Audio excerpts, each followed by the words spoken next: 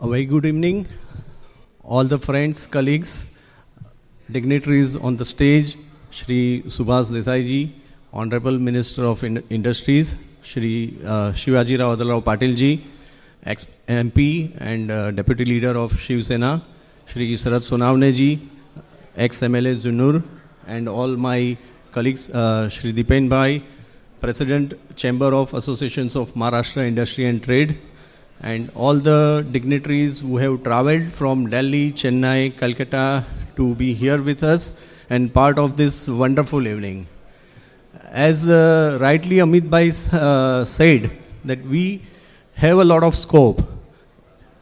in electronics manufacturing. Amit Bhai is already part of that ecosystem. Government of India,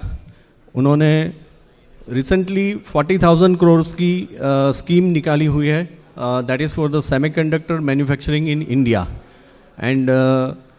Tata and Vedanta has already announced their stake, their interest in manufacturing electronic components, that is semiconductors in India, and that will make India truly self-reliant in manufacturing of electronic products. अभी तक जो भी product यहाँ पे बन रही थी, तो more or less it was like assembly unit of those products.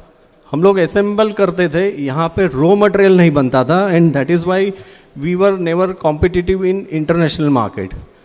Apart from the challenges of price and other hurdles in way of not having policy in place, बाहर से लोग इन्वेस्ट करने के लिए यहाँ पे थोड़ा कतराते थे. बट अभी ये जो पॉलिसी यहाँ पे गवर्नमेंट ऑफ इंडिया ने डिक्लेयर की हुई है, तो उसका बेनिफिट महाराष्ट्र को, ऑल इंडिया इलेक्ट्रॉनिक एसोसिएशंस के सभी मेंबर्स को किस तरह मिल सकता है, उसके बारे में आज हम लोग यहाँ पे बातें कर रहे हैं. काफ़ी आप में से, हमारे में से काफ़ी लोगों को इस बारे में पता है और उन्होंने उस बारे में काम भी शुरू कर दिया है. Sir, we would like to draw your attention कि कोई भी मार्केट इंडिया में इलेक्ट्रॉनिक्स का हो या दूसरी कोई कमोडिटीज़ की मार्केट है, तो वो अपने बलबूते पे खड़ा हुआ है. हमारे पास में इनके लाइव एग्जांपल्स है, जैसे हमारा शिवाजी राव पाटिल साहब है, जिन्होंने डायनालॉग एम्पायर खड़ा किया बीइंग अ ट्रेडर. हमारे साथ में I have some other examples also, जो कोई प्रोडक्ट है इलेक्ट्रॉनिक की जो ज़्यादातर सभी पॉलिटिशियंस अपनी जेब में रखना चाहते हैं, और यहाँ पे बैठी सभी वंडरफुल लेडीज़ वो भी चाहते हैं कि वो प्रोडक्ट उनके पास में रहे,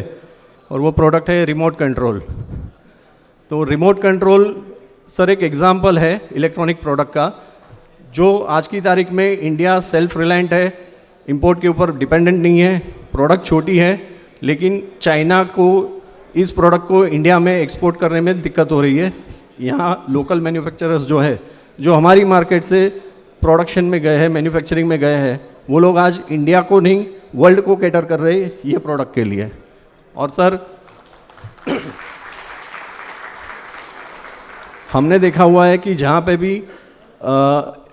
एक क्लस्टर डेवलपमेंट होता है, तो वो मार्केट का प्रोग्रेस होता है. B it APMC, grain market, और वेरी रिसेंटली डायमंड मार्केट. हमारा जो ट्रेड है इलेक्ट्रॉनिक्स का, ये अनऑर्गेनाइज्ड है, जिनको यहाँ पे बेसिक एमिनिटीज़ अवेलेबल नहीं है, उसके बावजूद भी ये रेवेन्यू जनरेट कर रहा है. तो अगर ये ट्रेड को एक ऑर्गेनाइज्ड वे में एक क्लस्टर डेवलप किया जाए, तो ये दिस कैन डू वंडर्स. मतलब ये trade not only electronics but ancillary units of lot of other industries like IT, like automobile, ये सभी जगह पे रेवेन्यू जनरेशन का एक एंट्री पॉइंट बन सकता है.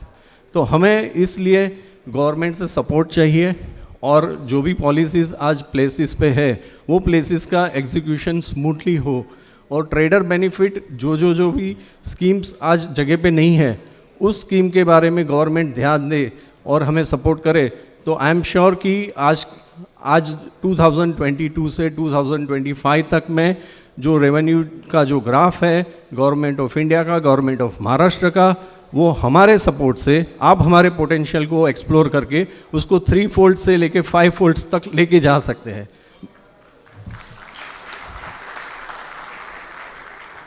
जैसे डायमंड मार्केट को पंचरत्न चन्नी रोड से बांद्रा शिफ्ट किया गया, उसी तरह हमारी इलेक्ट्रॉनिक मार्केट के बारे में भी अगर सरकार से हमें कोई सपोर्ट मिलता है तो ये मार्केट भी एक क्लस्टर डेवलप होके बहुत बड़ा रेवेन्यू जनरेट कर सकता है। एक सिंपल एग्जांपल है, जो भी हमारे मार्केट के मेंबर्स, इंपोर्टर्स है, ट्रेडर्स है, वो लोग आज ऑलरेडी इतने एस्टाब्लिश्ड है, they are ready to move to manufacturing. Manufacturing के लिए जो भी प्रोडक्ट हम यहाँ पे सिलेक्ट करते हैं वो प्रोडक्ट को इंटरनेशनल मार्केट में या डोमेस्टिक मार्केट में वायबल बनाने के लिए जो प्रोजेक्ट रिपोर्ट बनता है वहाँ पे एक बात आके रुक जाती है कि कॉस्ट ऑफ लैंड। तो कॉस्ट ऑफ लैंड अगर जोड़ता है कोई भी एक बिजनेसमैन, एंटरप्रेन्योर,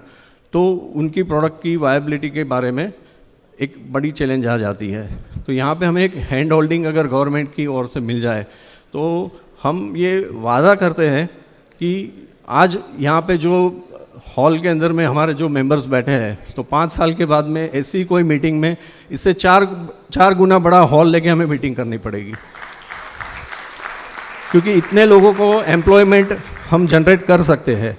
और उतने ही परसेंटेज के ऊपर में हम रेवेन्यू भी जनरेट कर सकते हैं। सो आज की हमारी शाम की एक दरख्वास्त ये भी रहेगी सर से कि सर आपकी गुड ऑफिसेस को यूज़ करके आप हमें गाइड कीजिए कि कैसे गवर्नमेंट की अलग अलग स्कीम्स को हम एक मौके की और यूज़ कर सकते हैं and we can grow together, we can grow faster और अपॉर्चुनिटीज़ आर इमेंस। और आज की तारीख में जो अगर सेमीकंडक्टर मैन्युफैक्चरिंग यहाँ पे फुल फ्लेज में शुरू हो जाती है तो before other states putting their tax, हम आज महाराष्ट्र शुरू से ही 2 कदम आगे रहा हुआ है बिजनेस में, तो हम चाहते हैं कि आज भी ये अपॉर्चुनिटी राइट टाइम के ऊपर में ग्रैब हो जाए और गवर्नमेंट के सपोर्ट से हम लोग आज ट्रेडिंग से मैन्युफैक्चरिंग की ओर स्विच ओवर होके साथ साथ में ट्रेडिंग तो चलता ही है और चलता ही रहेगा, बिकॉज दैट इज़ अ